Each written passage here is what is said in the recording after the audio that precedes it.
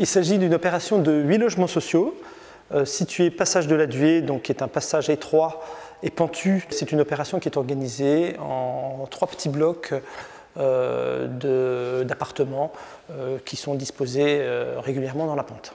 Alors le projet est off parce que l'ambition environnementale et énergétique est très forte. Il s'agit d'une opération qui est basée sur le standard Passive House, passif, mais qui cherche à aller plus loin en termes de performance énergétique.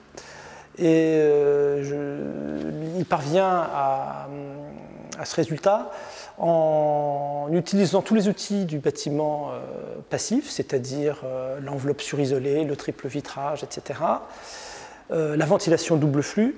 Mais justement pour la ventilation, nous avons mis en place un système de ventilation double flux débrayable.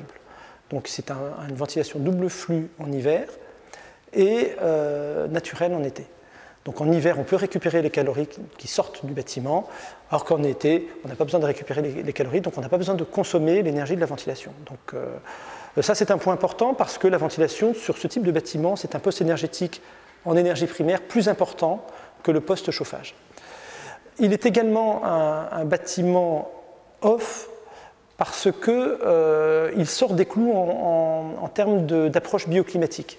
Nous n'avons pas fait un bâtiment compact parce que si on faisait un bâtiment compact, on n'avait pas de lumière dans les logements et l'éclairage des logements est un point absolument primordial. Mais là, compte tenu de l'étroitesse du passage, il fallait faire un bâtiment au contraire très découpé pour que tous les logements baignent dans la lumière. Donc ça, c'est un premier point. Et le deuxième point, c'est qu'évidemment, pour toujours atteindre ces niveaux d'éclairage, nous avons des fenêtres qui sont absolument immenses. Et nous ne sommes pas du tout dans les standards en termes de proportion de surface vitrée par rapport à la surface habitable.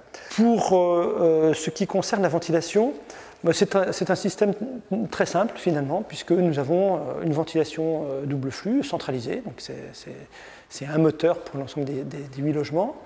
Et lors de la période de chauffe, le système se met en route de façon tout à fait classique. Quand on sort de cette période de chauffe, le système du double flux s'éteint, un système de diodes s'allume dans les appartements et à ce moment-là, les utilisateurs